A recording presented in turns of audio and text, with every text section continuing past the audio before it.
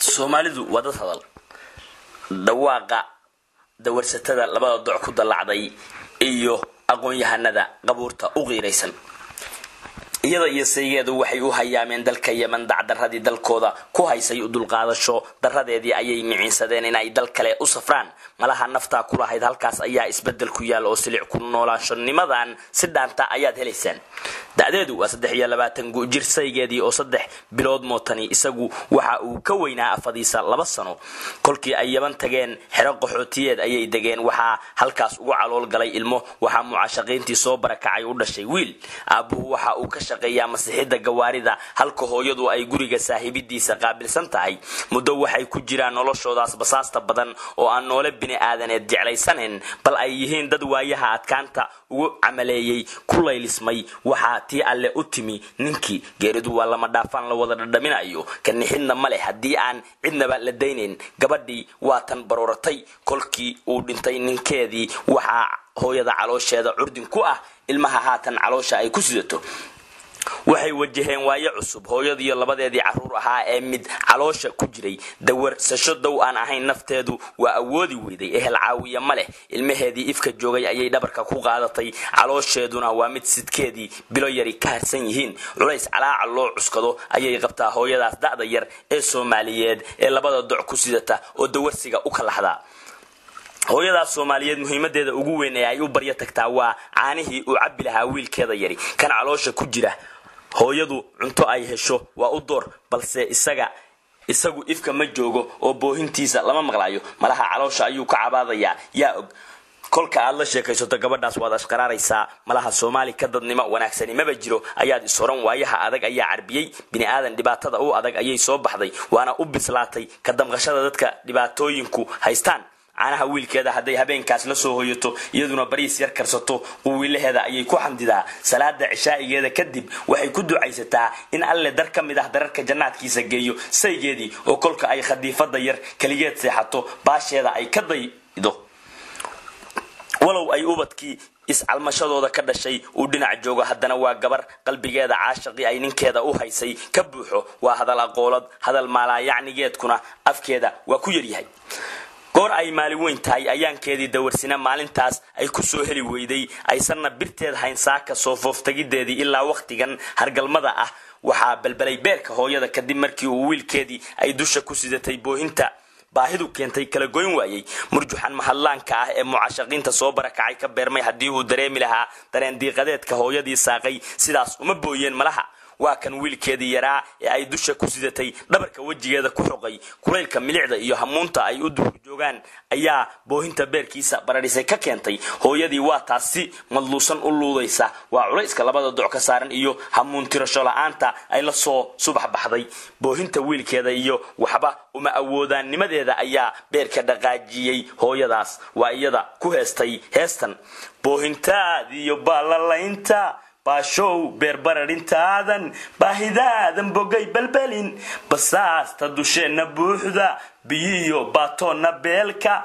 barqaadi baryadan bilownay beesaba birteed ma hayno abaha waa kaas baqoolay bartii aakhiraadna beegsay cidaan booweysto malihi dalkeeni haddaan u bixilayn nafteena biima geli baroon baasuuke iyo dabay ka balbalinayaan barafaysar midkooda sheegta baraha boostonta jooga geljiraha bangeele jiifa dhammaan way wada bukaan qalbigood waa booga badan qabyaalada ayaa ka buuxda hormaynta iyo ku hadlida codka hooyada waxa iska leh qoraha gabar Soomaaliyeed sida tan ma mudna dareen deeqadeedka goortan yahay ee ka dhashay ka damqashada dawarsiga gabadha Soomaaliyeed ee labada doc ku sidata waa aniga barofeysarka balaysan ee qabyaalada u qiiroonaya qalinka u qaatay cidda hooyada Soomaaliyeed in ay dawarsato baday wataan qormadaydii hogaamiyayaasha halaaga horseeday ku sheegay haddaba kolka dhibka cidda samaysan la helo waxa ku xigaya in uu sii jiro yaa mas'uuliyadeeda leh yaa doorkiisa gabay aqoon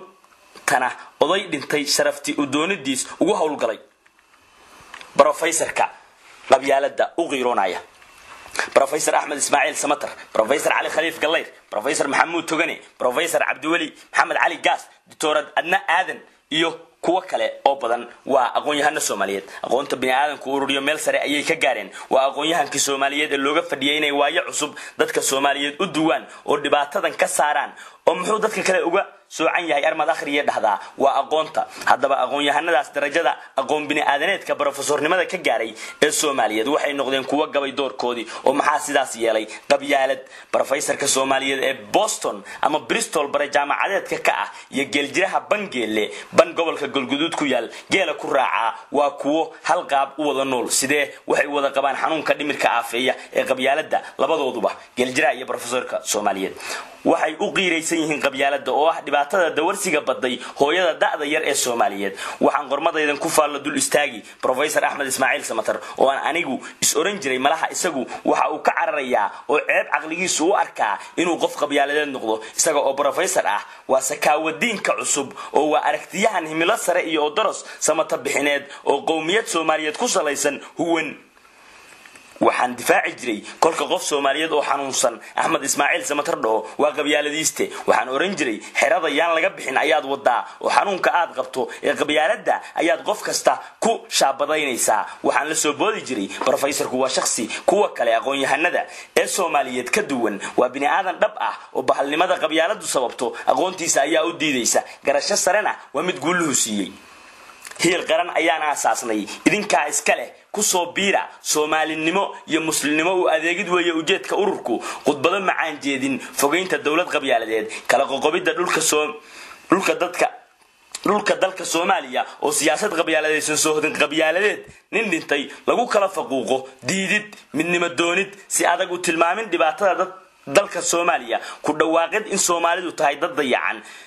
dunidana aan ugu liidano waan ka damqadaa hooyada darxumaysan ee dawarsanaysa dalalka dariska waxay ka soo yeeri jireen Professor Ahmed Ismaaciil Samatar amankaag waxa igu noqday kolkii Professor Ahmed Ismaaciil Samatar yiri waxaan hay musharax madaxweyne oo 4.5 nidaam dawladeedka lagu qabyaalad qooflay ayaan hogaamiye u noqonayaa dadka Soomaaliyeedna darxumada kaga saaraya waaba xildhibaan kamid ah xildhibaanada koox odayeedka dir oday dhintay oo kamid ah odayaasha dhintay ee Soomaalidu aaminsan tahay ayaa ay xigtay oo oday koraadka dir kolka laga soo dago Samaroon nin dhintay oo koox dad Soomaaliyeed aaminsan yihiin ayuu ku soo galay professorka maxadu xanuunku ku dhacay mise waa naqal daayay oo fariisashada fil Soomaaliya ayuu doonayay oo dhibaato ka qiiroonshaha ku soo gabasho ayay ahayd oo mabaadii ka madax banaan qabyaalada ma xambaarsanayn kaaraha Amazon inuu luqunta ka soo rito diyaaradna dibadda ugu dhoofo ayuu dayday u yahay miya xaqiiqdu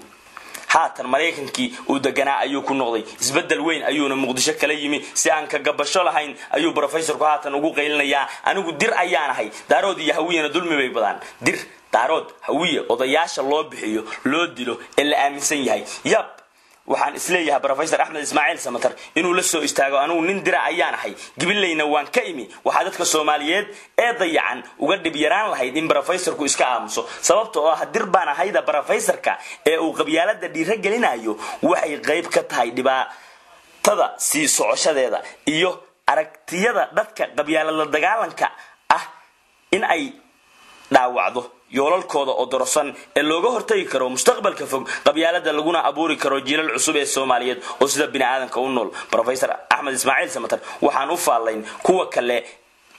iyagu dhexgelin ma leh oo intaan arkay qabyaalada ayay bale jidbaysnaayeen kamana xishoodaan ku dhawaaqideeda mise taageeradayda Ahmed Ismaaciil Samatar ayaa iga keentay sidaan oo waan ku hungoobay tusaalihii uu ii ahaan jiray Ahmed Ismaaciil Samatar waxaan isleeyahay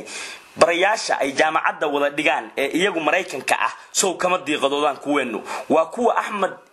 kolka Ahmed Ismaaciil Samatar dir yahay professorka kale ay barayaasha wada yihiin ee qowmiyada kale ahina uu Mareykan yahay mabaadi siyaasadeedka halka uu kala nool yahay kaas kale awoodadeed ama dar siyaasadeed dad wanaagsan talada hayaan hanti goosad iyo hanti wadaag Professor Ahmed Ismaaciil Samatar isaga mabaadi siyaasadeedkiisu waa mabaadi siyaasadeed waxa uu ah dirnimo qabyaaladnimo cid uma maqna hooyadaas aran ceersan ee cidlada calool xumada iyo caruur caana u waayida ay ugu camalaysay aniga darxumaynta ka bedeli iyo dib u soo celinteeda og kana damqanaya Professor Ahmed Ismaaciil Samatar ayaan ka hayaa anigu dir baan ahay dirbaan ahayna waan ka maqlaynaa aaway professor baaqaagi ahaa boqolaal dad Soomaaliyeed ayuu hiil qaran u baahan yahay oo mabaadiida ururka qaata mustaqbalka aan bislayno madaxdayada hiil qaran ee dawasidayaasha ahi aaway dhalinyarada aad ku dayashada u ahaan lahayd ma Muqdisho markaa tagtay ayaa kala soo kulantay kursi waayid oo awdal ayaa ka timi lagu yiri adiga ma qablaha sidaas ku yiri qabyaalada qurunsantay ayaad ka caadifadootay oo isagu waa mid jaahila oo qabyaalada caabude maxaad professor ibn aadan hooseeya uga soo qaadi weeday oo raahdiisa ugana mitaal dhigi weeday mid kamid ah kuwa aad daweynayso ayaan daro waa kolka aad qablihii u ekaatay adiga oo aqoon-yahan ah madaxweynaha hab qabyaaladeed lagu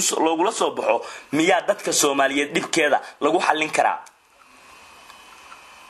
waxaan ka xumaay in Axmed Ismaaciil Samatar sidaas noqdo sidee qof qabyaaladeed aqoon-yahanada kale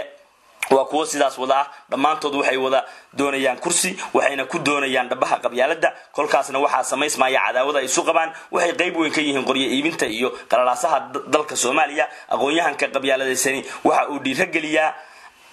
dhiiragelinayaa caamada oo kolka aad dhahdo qabyaaladu waa oday dhintay oo lagu xirnaado ee iska daa ku oran sawtan barafaysaradii odaygooda dhintay sheeganaya halkaan uga tagaa anigu dawarsatada da'da yar ii kaalmeeya miskiinad Soomaaliyeed ah ayaan ahay oo aan ehel lahayn mudan in loo kaalmeeyo iigu rida gacanta Soomaali baan u ahay in loo kaalmeeyo caruurtan labada duc ku sido waa agoon professor Axmed Ismaaciil Samatar anigu nin dira ayaan ahay gibilay ayaan ku dhashay daroodii habiyo waa dulmi walayaal professor Ali Khaliif Galleer kana xoo nafta waa bulbaanta dawladda ayuu noqday oo khaatimo ayaa samaysanay professor Maxamed Togane qurunkaati abgaalaha haday madaxnimadii waayeen waa guul professor Cabdiwali Maxamed Ali Gaas walad Cabdalla hadaan ma jeerteenahay waan necab yahay ra'iisul wasaare markuu noqday Puntland waa maamul goboleed Hiiraan ma aqoonsanay anigu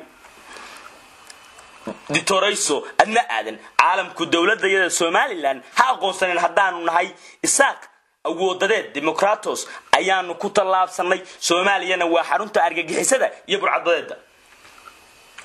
waxaad ka helaysaa hadaladan kaydad codeedka aqoon-yahanada Soomaaliyeed miyaysan isdageysan soo aniga leh culimadii diinta islaamka ee Soomaaliyeed ayayba qabyaaladu qeyrtay xagee joogaan aqoon-yahano cilmi bini aadan bartay oo hadda qabyaalada maxaa daweeya hadii aysan aqoontu daweyn aragti ah aqli ku fakirid iyo isku eegid muraayada dhabta ah ee la iska arko waa dood kale ee aan afmeero qormada ka faa'iideysigu waxa uu noqon jiilka haatan aqoonta alle soo dejiye quraanka iyo midda bini aadankaba baranaya ee Soomaaliyeed in aysan dariiqa aqoon-yahanada kor ku xusan marin waxa qoray sheekadan Idris Ahmed Dooxajoog